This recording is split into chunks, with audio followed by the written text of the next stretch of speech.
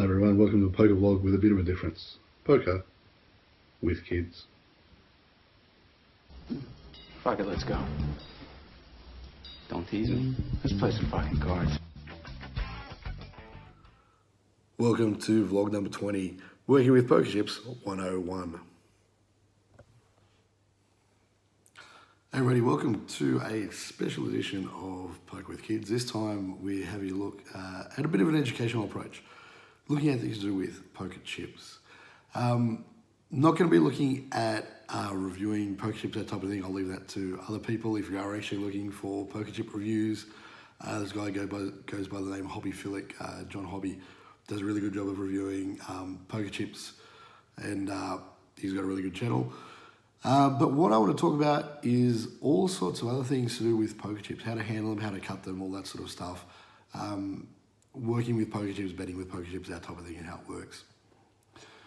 Just before we get to that, sad news in the poker world recently. One of my favourite poker pros from the poker boom years, Gavin Smith, unfortunately passed away recently, and I've got the one of my many shirts from the old Poker Road days that he used to be on there with Alain Najad and Joe Seabock and a few other people from time to time. But sad to see you go, Gavin, and rest in peace.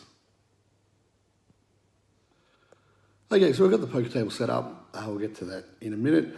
But the chips that we're going to look at today are the type of chips that you might find in a standard small stakes or anything up to medium stakes type game. You probably wouldn't have all of them in play at the same time, but it's a bit of a variety of chips. We've got 5 different denominations, the type of thing that you might find, as I said, in a standard small to mid-stakes game. So the chips we've got a 25 cents, $1, $5, $25, and $100 chip.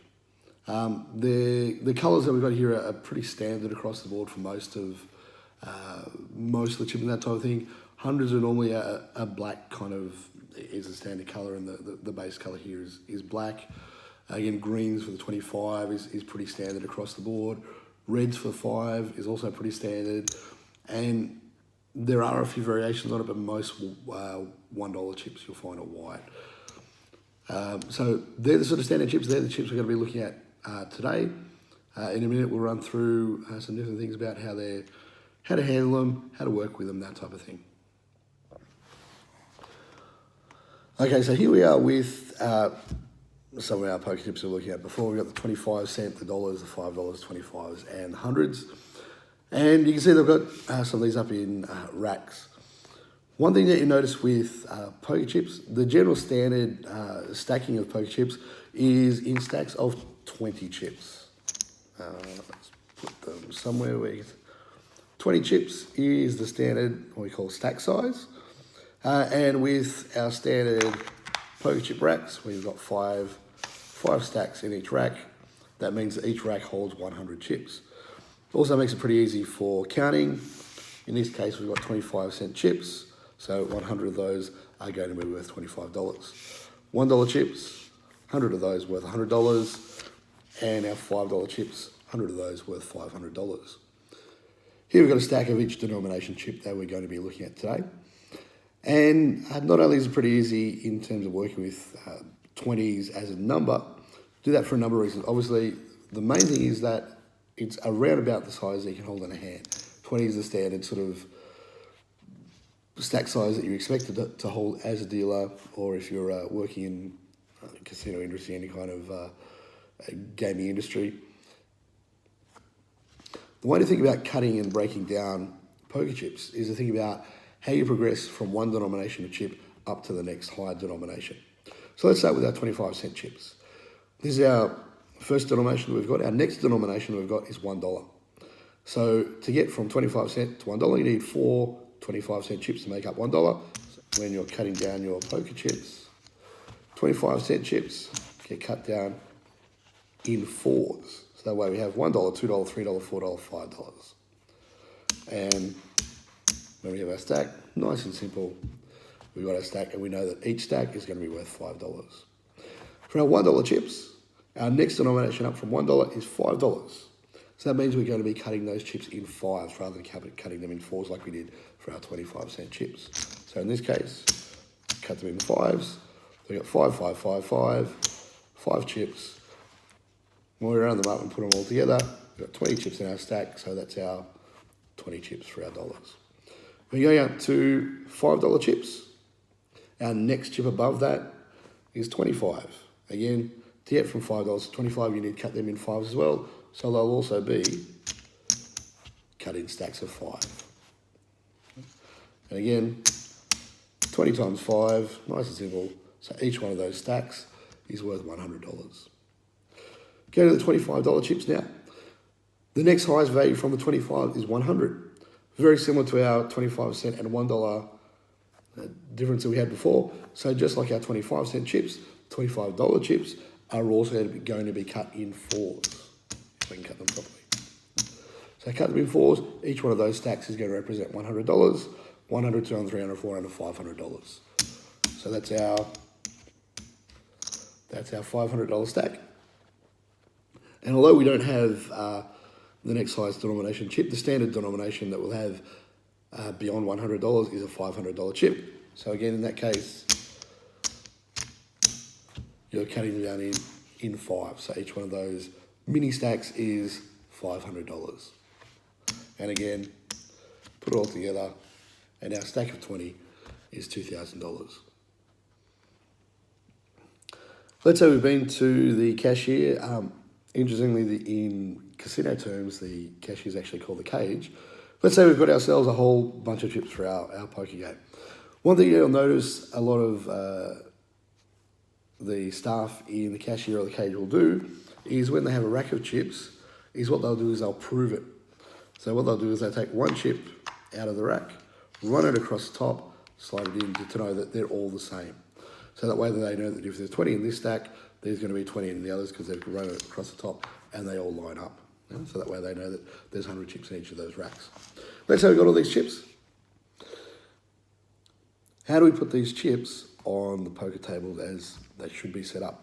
Well, we should always start with the small denomination chips because what we want is our bigger denomination chips always want to be at the front of our stack where people can see them. So when you're setting up chips, get them out of the rack, nice and simple. Put one in there and balance it, and there you have your 100 chips out. So I'm going to stack these up. I'm going to have one stack that I'll put aside separately. I'll explain that in a moment. So I'm going to have 4 stacks of 25 at the back. I'm going to get my $1 chips out. I'm going to stack those in front.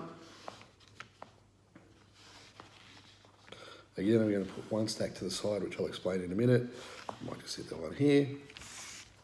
Then we'll put our 5s.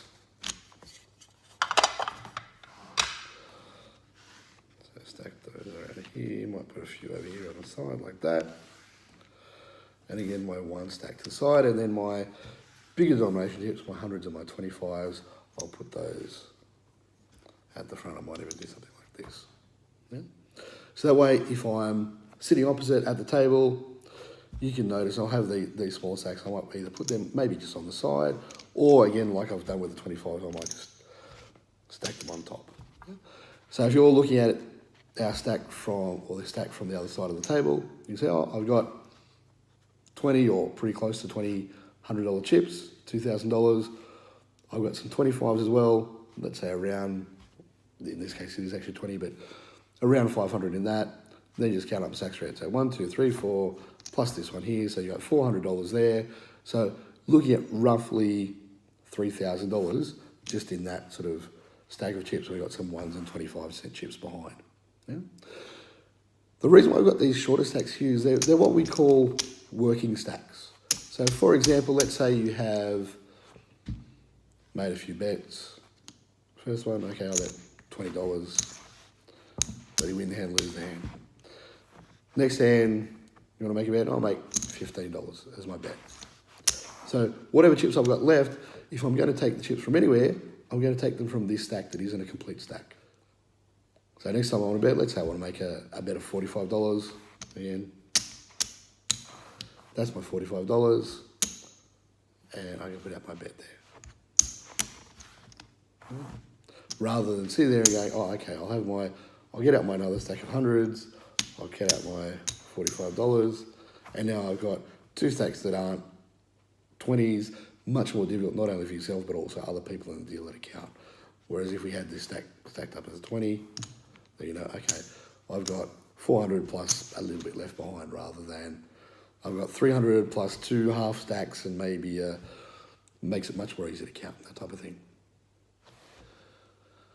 In terms of making bets, one thing to do, whether there is a betting line or not, is to try and make up your bets where your chips are. So let's say I wanted to make a bet of, let's say $145. We're on we got ourselves a big river bet that we want to put out. So let's put our chips. Okay, let's see. Okay, that's 145. I'll make my bet of 145. One thing that you normally want to do is you normally want to stack the chips in denomination order. Probably better to put the high denomination chips on the top, so that, you know, gee, at the very least, there's a $100 chip plus some others underneath, and you can check, okay, well, there's 4 5s, 125 and 100, so that's 145. If you want to be one of those people, you don't have any bigger chips, that's fine as well. And I'd say, okay, well, I'll make my bet this way. And I'll go 145. So it's 125s, and then 45 in fives. You'll notice that even though earlier I told you about cutting down the chips to match the next highest denomination, so you think that these ones you might cut down a 5 and then have a 4, if it's less than an amount that would make 2 even stacks, we cut them in half and the leftover chip just goes on top. So in this case we have 2 stacks of 4 and 1 chip on top. So we've got effectively $20 there, $20 there, 5 on top makes 45.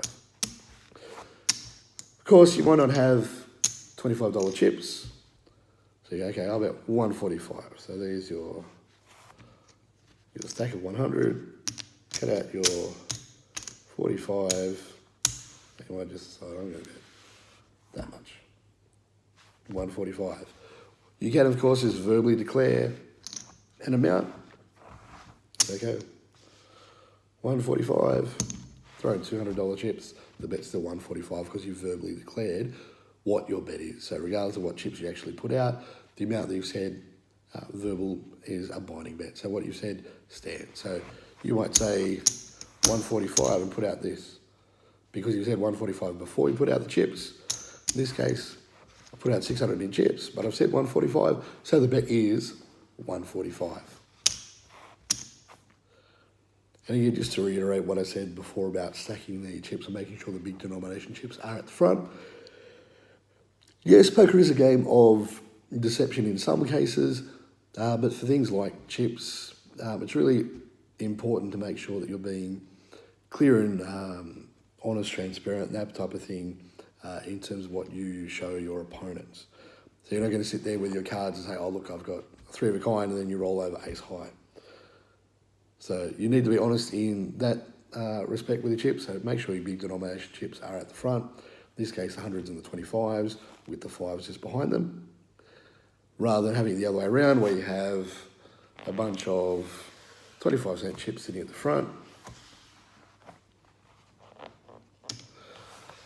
So you say, oh, okay, I've got a bunch of 25-cent chips at the front. Someone says, oh, I'm going to go all in. And then you realise, oh, by the way, I've actually got an extra $2,000 here in $100 chips. There's actually a very famous hand on poker night in America with Alec Torelli, where intentionally or not, he had a couple of $5,000 chips that he was kind of sitting at sort of the side of his stack, and a player that was on the opposite side made a bet, didn't see those bigger chips, and made it all in bet, not realising that he actually was covered by Torelli because of these 2 bigger chips that he couldn't see. And there was a big sort of kerfuffle. Both Alec Torelli, Doug Polk, and a few other people have weighed in on this one. But just to make sure that there's no issues like that, make sure that you keep your small chips at the back, big chips, like your $100 chips in this case, at the front where everyone can see them.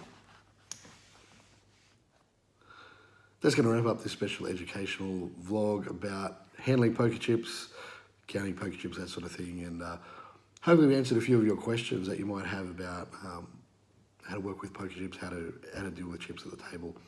If you have any more questions, feel free to leave them in the comments and I'll either answer them or possibly even put out another video further down the track answering some other questions that you might have. Once again, thanks for watching. If you liked the video, feel free to give it a thumbs up. And if you want more poker content like this, or see if you're playing some cards, that type of thing, then feel free to subscribe to the channel. Thanks again for watching.